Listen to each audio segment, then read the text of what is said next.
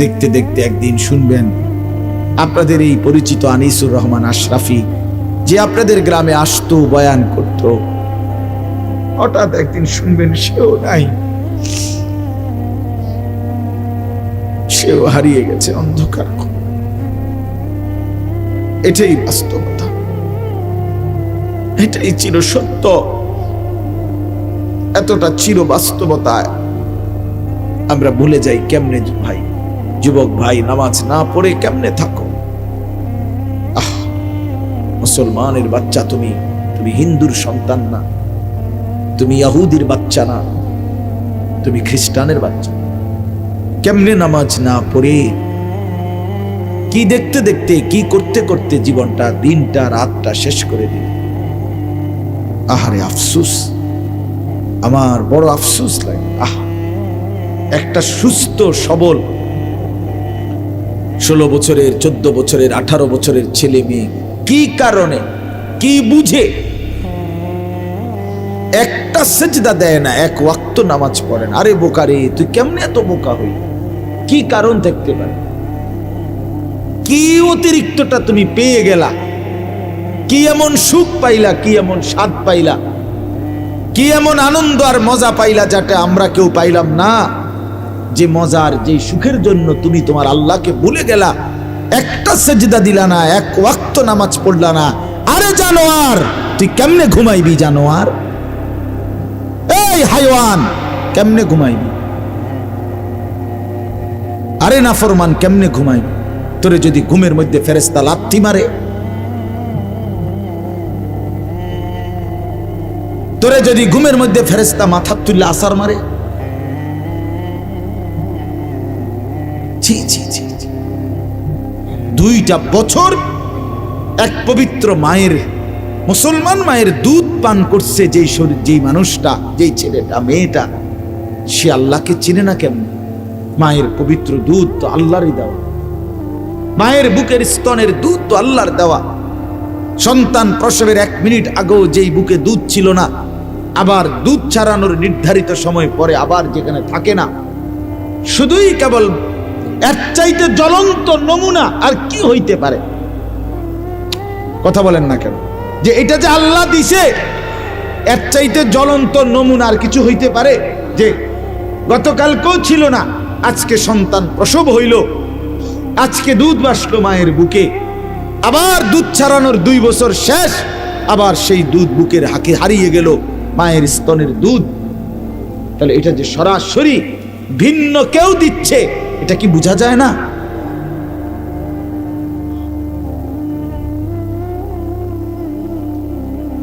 সেই পবিত্র মায়ের দুধ 2টা বছর, 1 দিন 2 দিন না, যে সন্তানটা গ্রহণ করলো আল্লাহর, সেই তুমি কেমনে নামাজ পড়ো? এজন্য বললাম, আমার যে কথাটা ছিল যে আমরা প্রত্যেকেই আমাদের হায়াতের কদর করি। তো ওয়ান ওয়ে বলতেছিলাম, এই কথাটাই শেষ করব, যে আমাদের হায়াতটাও ওয়ান ওয়ে। মানে কি? মানে হইল, আমরা যে এখানে মনে করেন আমরা ছোট বড়, দাদা, চাচা, বাবা, ভাই, যুবক, আমরা যারা আছি এখন বসা, আমরা প্রত্যেকেই আমাদের এই হায়াত ওয়ান ওয়ে। অর্থাৎ আমরা কেবল সামনের দিকেই যাইতে হবে, পিছনের দিকে ফিরে আসা কারো পক্ষে সম্ভব। ইউটার্ন লইলে হইতো না, এখানে ইউটার্নের কি নাই সিস্টেম। আপনারা আমরা কেউ, একটা ছেলে বলো বা একটা বাবা বলে, আজকের দুপুরে আমরা আর ফিরে যাইতে পারবো? গতকালকে আমরা আর ফিরে যাইতে পারবো? এটা ওয়ান ওয়ে, একমুখী রাস্তা। এখানে শুধুই সামনে যাইতে হবে, পিছন ফিরতে পারবে। যুবক ভাই, তুমি সামনে যাইতে হবে, হয় তুমি আরো কিছুদিন হায়াত পাইয়া বুড়া হবা, আর নয়তো তুমি হয়তো এখনই কবরে চলে যাবে। মুরব্বী বাবারা, আপনারা হয়তো আর কিছুদিন হায়াত পাবেন, আর নয়তো কবরে চলে যাবে। আমার যেটা চলে গেছে, এই তো জিন্দেগি। তাহলে আমরা ওয়ান, আমাদের হায়াত একবারই, আমাদের রাত একবারই, আমাদের দিন একবার, আর আসবে না, আর আসবে না। আমরা যেন প্রত্যেকেই এটা বুঝতে শিখি। প্রতিটা দিন আমরা কিতাবে পড়ছি প্রত্যেকটা দিন যখন শুরু হয় এবং রাত যখন শুরু হয় তখন শুরুতেই, দিনের শুরুতে, রাতের শুরুতে ডেকে বলে, দিন ডাকে, রাত ডাকে মানুষকে, হে আল্লাহর বান্দা, আমি একবারের জন্যই এসেছি, আর আসবো না, আমারে নষ্ট করো না, কদর করো। রাতও বলে এটা, দিন। আবার যখন শেষ হইতে লাগে রাত বা দিন, মনে করেন আসরের পরে মাগরিবের আগ টাইমে দিন শেষ হয়ে যায় না, সূর্য ডুবে যায়, ঠিক কিনা বলেন? আবার সুবহে সাদেকের সময় সকালবেলা সূর্য উঠার আগে আগে রাত শেষ হয়ে যায় কিনা? প্রতিটা দিন যখন শেষ হইতে লাগে, রাত শেষ হইতে লাগে, তখন আবার সে ডাকে পৃথিবীবাসীকে, আবার ডাক দেয়, হে আল্লাহর বান্দা, আমি তো আর আসবো না বলছি, আমি তো চলে যাচ্ছি রে, আমারে বুঝি বিনা সেজদায়, বিনা আমলে, বিনা জিকিরে এমনে ছেড়ে দিলি? আজকের সারাদিনে ফজর, জোহর, আসর 3 ওয়াক্ত নামাজের টাইম চলে গেল বান্দা, একটা সেজদাও দিলি না, আমি বুঝি এমনি এমনি চলে যেতাম তোর জীবন, আমি দিন তো আর আসবো। আজকের রাতে মাগরিবে, এশা, তাহাজ্জুদ, কত লম্বা সময় চলে গেল। আহা বান্দা, সারাটা রাত মোবাইলের ছবি, নাচ, গান, জিনা, ব্যভিচারের দৃশ্য, নাটক, সিনেমা, অথবা শুধু শুধু ঘুমায় ঘুমায় শেষ করে দিলা, একটা সেজদাও দিলা না। বলে এজন্য আর আসবেন 13ই ফেব্রুয়ারি 2024 রোজ মঙ্গলবার, পৃথিবীতে আর কোনোদিন আসবে না। আগামী বছরের 13ই ফেব্রুয়ারি তো 2024 না, ঠিক না? আগামী মঙ্গলবার তো আগামী মঙ্গলবার, কিন্তু সেটা তো 13ই ফেব্রুয়ারি না, আর আসবে। অতএব এটা বলার একটা শেষ উদ্দেশ্য হলো, আমরা ভালো হওয়া দরকার। আমাদের এই হায়াত কাজে লাগাইলেও এটা নষ্ট করে দিল। খানাই আমাদের এদ্দুর, খাইলেও পারে, হালাই দিল, আপনার বরাদ্দই এদ্দুর, এদ্দুরই বরাদ্দ, আপনি বরাদ্দ বাড়াইতে পারবেন। আর রিজকু মাকসু, সবকিছু বন্টন করা তাকদীর নির্ধারিত। ইন্নাল্লাহা কাদ্দারা মাকাদির আল খালাইক, আল্লাহ পাক সমস্ত সৃষ্টির তাকদীর নির্ধারণ করেছেন আসমান জমিন সৃষ্টির 50,000 বছর আগে। একটা পিঁপড়া আমরা দেখি আমার সামনের থেকে পার হয়ে গেছে, এবড়া টিপ দিয়ে মারা গেছে, তার মানে সে আল্লাহ তাআলা তার হায়াত এখানে, ঠিক কি না বলেন? না তাহলে আমার থেকে বাচ্চা গেল, এবড়ার থেকে পাইল না। মউত কার কাছে? নির্ধারিত, এতটুকুই বাপ। এজন্য আমি বলতেছি, ছেলেরা, বাবারা, পর্দার আড়ালের মা বোনরা, মনোযোগ দিয়ে আমিও শুনি, আপনারাও শুনেন। হায়াত নির্ধারিত, প্রতিটা মিনিট সেকেন্ড আর আসবে না। অতএব এখনই কাজে লাগা, সুযোগ থাকতেই কাজে লাগা। আর সুযোগটা কাজে লাগাবার, হায়াতকে কাজে লাগাবার, হায়াতকে দামি বানাবার, নিজের সময়কে দামি বানাইবার সবচেয়ে শ্রেষ্ঠ, আল্লাহর পক্ষ থেকে সর্বশ্রেষ্ঠ একটা সুযোগ, মহা একটা সুযোগ, মাহে রমজান। বলেন আলহামদুলিল্লাহ। সেটা একদম সামনে, এই যে দেখা যায়, ওই যে চাঁদ উঠলো বলে, এবারে যে চাঁদ উঠবে এটাই রমজান, ঠিক না? হায়াতের কদর করেন, হায়াতের কদর করেন, হায়াতের কদর করেন। আমি প্রত্যেক দিন এই কয়দিন টানা বলতেছি, বাবা সবাই মনোযোগ দিয়ে শুনেন এই 10টা মিনিট কথা। হায়াতের কদর করেন। আমাদের জীবনটা ওয়ান ওয়ে রোড, আধুনিক যে রাস্তা, আধুনিক রাস্তার নিয়ম হলো ওয়ান ওয়ে। এই যে 4 লেন রাস্তাগুলো, যেমন আপনি এদিক দিয়ে গাড়ি নিয়ে ঢুকছেন, এবার আপনার কাজ হইল আপনাকে শুধু সামনের দিকেই যাইতে হবে, এদিক দিয়ে আবার ফিরচাইতে পারতেন না। কথা বুঝছেন নি? আপনি যদি আবার পিছনে আসতে হয় তাহলে আপনার এই ইউ টার্ন নিয়া এদিক দিয়ে আইতে হইবে, নাকি এদিক দিয়ে আসা যাবে? আর না, আমাদের এইসব রাস্তা না, ওই যে বড় রাস্তার কথা বলতেছি, ওয়ান ওয়ে রোড, যেগুলো ডিভাইডার ওয়ালা রোড, যেগুলোর মাঝখান দিয়ে কি আছে? আইল্যান্ড আছে, ডিভাইডার আছে, এগুলো ওয়ান হয়ে ঠিক। ছেলেরা এমনি শোনো, বাবা মোবাইল এটা বাদ দাও, এটা বাদ দাও, এমনি শোনো, এমনি শোনো, 10টা মিনিট এমনি শোনো, মনোযোগ ভালো হবে। নামাও এটা, এবার হাসো বেটা, বেওকুফ কোথা।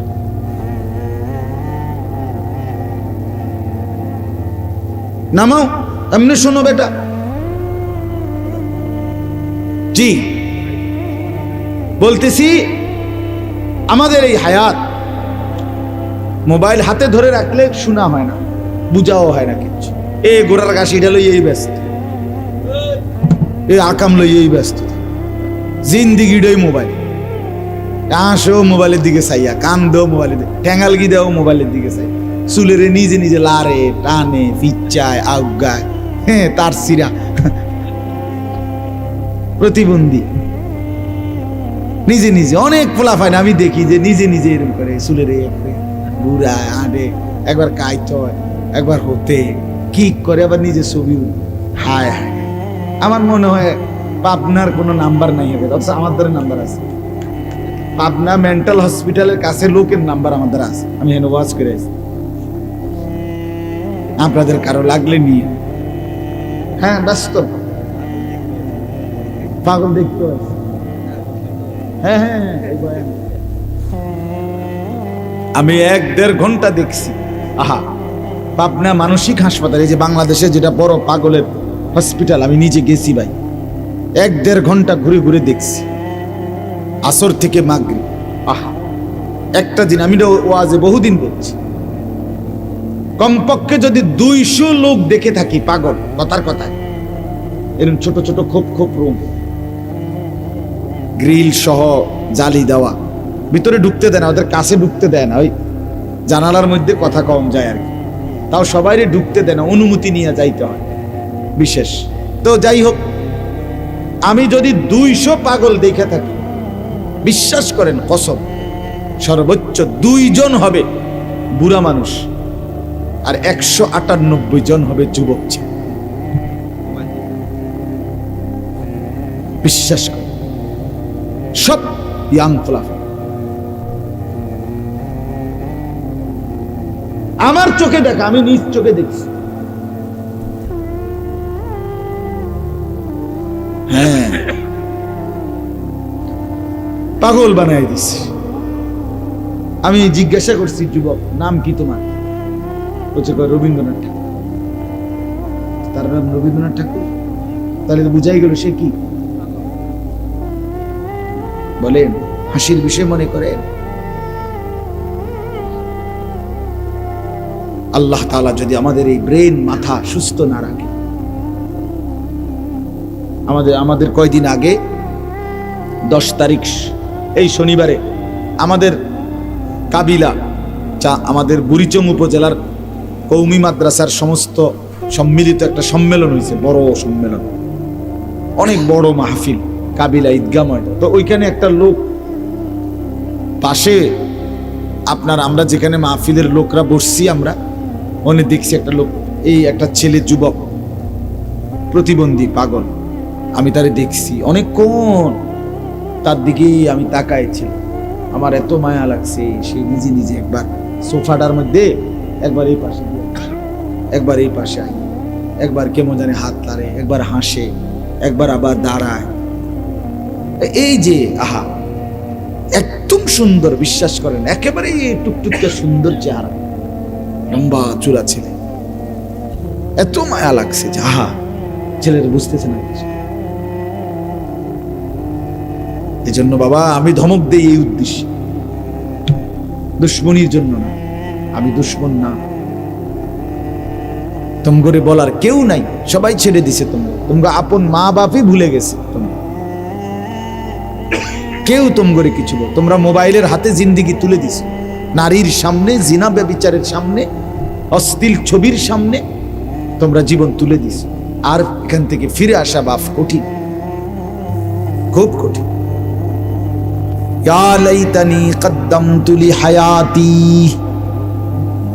রব্বুল আলামিন বলেন, হাসরের ময়দানে প্রত্যেকটা নাফরমান আফসোস করবে, হায় যদি দুনিয়ার হায়াতে থাকতে আজকের আখিরাতের জন্য কিছু পাঠাইতাম।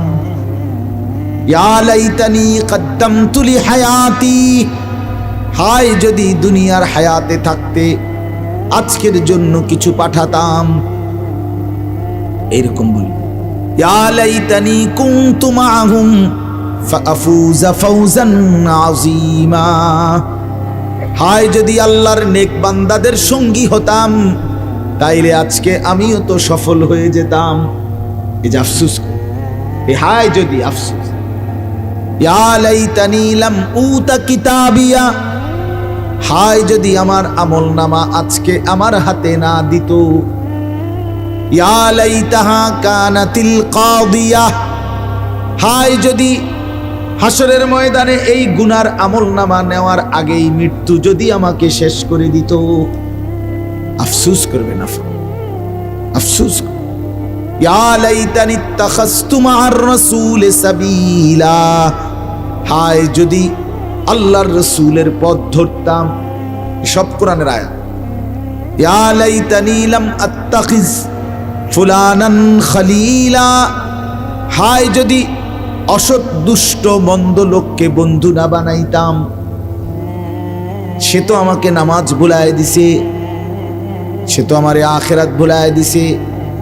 লক্ষ লক্ষ যুবক যুবতী ছেলে মেয়ে বরবাদির মূল কারণ অসৎ বন্ধু, অসৎ সঙ্গ, সমবয়সী দুষ্ট কিছু অসভ্য জঙ্গলি এদের সাথে মিশে চলে 6 মাসের মধ্যেই ছেলেটা একটা ভালো ভদ্র সভ্য ফ্যামিলির ছেলে ছিল, হয়তো এখন কিছু অসৎ সঙ্গী পেয়ে 6 মাস পরে দেখা যায় মদ খায়, নেশা করে, গাঁজা খেলে, খায়, জুয়া খেলে, নারীর আড্ডায়, জিনা ব্যভিচারের আড্ডায় পড়ে আছে।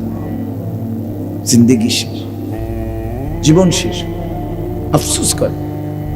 এজন্য হাসরের ময়দানে এই নাফরমানরা আফসোস করে, ইয়া লাইতানি লাম উশরিক বিরব্বি আহাদা, হায় যদি আল্লাহর সাথে শরীক না করতাম। ইয়া লাইতানা আতানাল্লাহ ওয়া আতানার রাসূলা, হায় যদি আল্লাহ এবং তার রাসূলের আনুগত্য করতাম। এভাবে অনেক আয়াত আছে যেখানে বারবার এই কথাটাই, যে নাফরমান পাপী বেআমল হাসরের ময়দানে মাথা চাপড়ায়, আহা কি করলাম, আহা কি করলাম, আহা কি করলাম, সময় তো পাইছিলাম, কেন নামাজ পড়লাম, কেন নামাজ পড়লাম। হাত্তা ইদা জাআ আহাদাহুমুল মাউত ক্বালা রাব্বিরজিউন, আল্লাহ বলে প্রতিটা পাপী নাফরমান মৃত্যুর মুখোমুখি যখন মালাকুল মউত আজরাইল এসে দাঁড়াবে, প্রত্যেকটা নাফরমান আল্লাহকে বলবে রব্বিরজিউন, আল্লাহ কিছুটা সময়ের জন্য আবার দুনিয়ায় ফেরত দেন। লাআল্লি আমালু সালিহান ফীমা তারাকতু, যেই নেক আমলগুলো আল্লাহ ছুটে গেছে, এবার যদি একটু হায়াত ফেরত পাই সেই নেক আমলগুলো আবার করব। আল্লাহ বলবেন কাল্লা, না না, কখনোই না। ইন্নাহা কালিমাতুন হুয়া কাইলুহা, আল্লাহ বলবে না ফরমান, এটা তোর শুধুই কেবল কথার কথা, তুই মিথ্যাবাদী। ইতিপূর্বে দুনিয়ার হায়াতে বহু বিপদ মুসিবত, অ্যাক্সিডেন্ট, পেরেশানি, রোগ শোকে যখন পেরেশানির মধ্যে ছিলে বান্দা, আমি আল্লাহকে তখন বারবার ডেকেছিলি। যখন আমি বিপদ মুক্ত করে দিলাম, রোগ থেকে সুস্থ করে দিলাম, সাথে সাথে আমি আল্লাহকে ভুলে গিয়েছিলি। আমি জানি আমি ওয়ারাইহিম বারযাখুন ইলা ইয়াউমি ইউবাসুন, আল্লাহ বলে অতএব নাফরমান আজকে আর পিছন দিকে দুনিয়ায় না, বরং সামনের দিকে হাসরের ময়দানে পৌঁছানো পর্যন্ত কবরের জিন্দেগিতেই পড়ে থাক, যা পড়ে থাক। হ্যাঁ, চিরবাস্তবতা মৃত্যু, যেটাকে অস্বীকার করার, না বুঝার, আড়াল করার কোনো সুযোগ নাই, কোনো সুযোগ নাই, কোনো সুযোগ নেই। আমি অনুরোধ করছি, কোনো সুযোগ নেই। আপনি যদি বুঝেন তাইলেও মরে যাবেন। আপনি যদি না বুঝেন তাইলেও মরে যাবেন। আপনি যদি হাসতে থাকেন তাইলেও মরে যাবেন। আপনি যদি কাঁদতে থাকেন তাইলেও মরে যাবেন। আপনি যদি চোখ খোলা রাখেন তাইলেও মরে যাবেন। আপনি যদি চোখ বন্ধ রাখেন তাইলেও মরে যাবেন। আপনি যদি সম্পদার প্রাচুর্যে একেবারে বিলাসিতার জিন্দিগিতে থাকেন তাইলেও মরে যাবেন।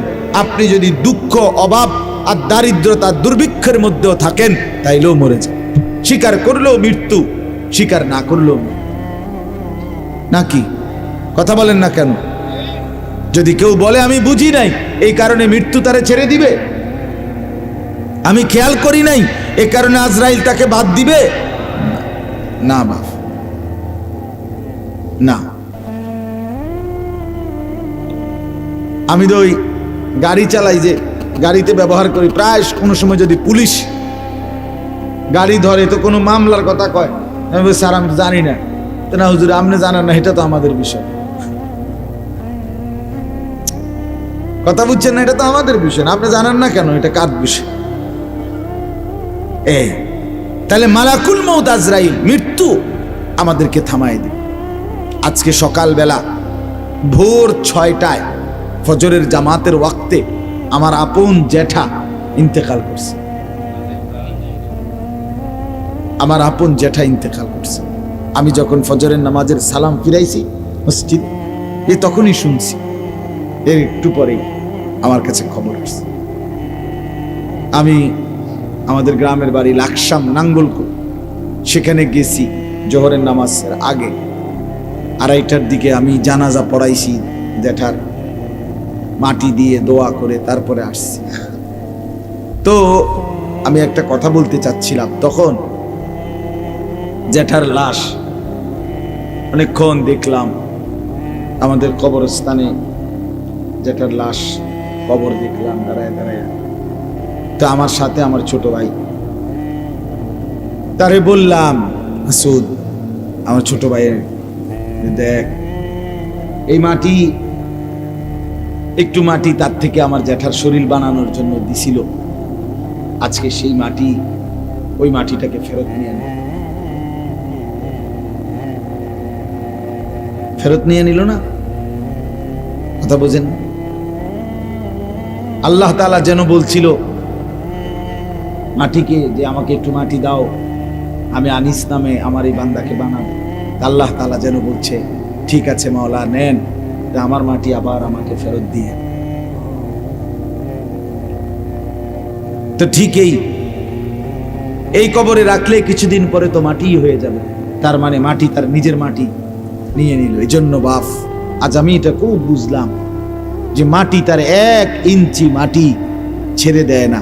এই পৃথিবীর সমস্ত মানুষের জন্য যে মাটিগুলো সে দিছে, সেই মাটিগুলো সে সময়ের ব্যবধানে পর্যায়ক্রমে আবার নিয়ে নিচ্ছে, আবার নিয়ে নিচ্ছে। আমার ছোট ভাই আমারে বলতেছে, আমাদের যে কবরস্থানটা, এইখানে আমার দাদার কবর, এর সাথে আমার দাদির কবর, আমার বাপ চাচারা 3জন এই পর্যন্ত ইন্তেকাল করছে। আমার 3 নাম্বার চাচার কবরের পরে আমার আব্বা, এরপরে আমার বাবার কবর, আর দাদা দাদির পায়ের কাছে আজকে জ্যাঠার কবর। তা আমার ছোট ভাই কানতে কানতে কইতেছে, ভাইয়া দেখেন ভাই, দাদা দাদি মানে মা বাপ, এরা তাদের সন্তানদেরকে আবার মাটির নিচে কোলের কাছে নিয়ে, মাটির উপরেও তো কোলের কাছেই ছিল একদিন, আজ আবার মাটির নিচে তাদেরই কোলের আশেপাশে কি নিজ সন্তানদেরকে আগলায় গেল। গত বৃহস্পতিবার রাতে 1টা-1:30 বাজে, 1:30টার পর আমি আমার দেশেই আমার মাহফিল ছিল, জ্যাঠা অসুস্থ ছিলেন, বিছানায় শয্যাশায়ী আজকে 3-4 মাস। আমি দেখছি রাত্রে 1:30-2টায় জ্যাঠা কথা বলছে, 2-1টা শব্দ কইছে, জ্যাঠারে হাদিয়া দিছি, জিগাইছে কয় টাকা দিছ, কইছি, দোয়া করছে, আমি ফুটু দিছি, দোয়া করছি। আজকে গিয়ে দেখি ঢাকায় রইলাম, আমার সেই জলজ্জান্ত জ্যাঠা যে হাত নাড়তো, কথা বলতো, চোখ খুলতো, সে একদম স্তব্ধ হয়ে গেছে। কি আশ্চর্য বিষয়! আরে বাপ, যুবক ভাই, এটা বুঝতে শেখো দোস্ত। আমি দেরি করব না। রাত গভীরে এই ঠান্ডা কুয়াশার মধ্যে আমরা একটু ইনসাফের সাথে ভাবি, একেবারে জলজ্যান্ত একটা মানুষ যে হাসতো, কথা বলতো, চলতো, ফিরতো, কি ব্যস্ততা ছিল তার, কিছুটা ছুটি ছিল চার, সেই মানুষটা একদম স্তব্ধ হয়ে গেছে। এত মানুষ শোর হাঙ্গামা করতেছে, কিন্তু এই মানুষটা নড়েও না, মুখও খোলে না, চোখও মেলে না।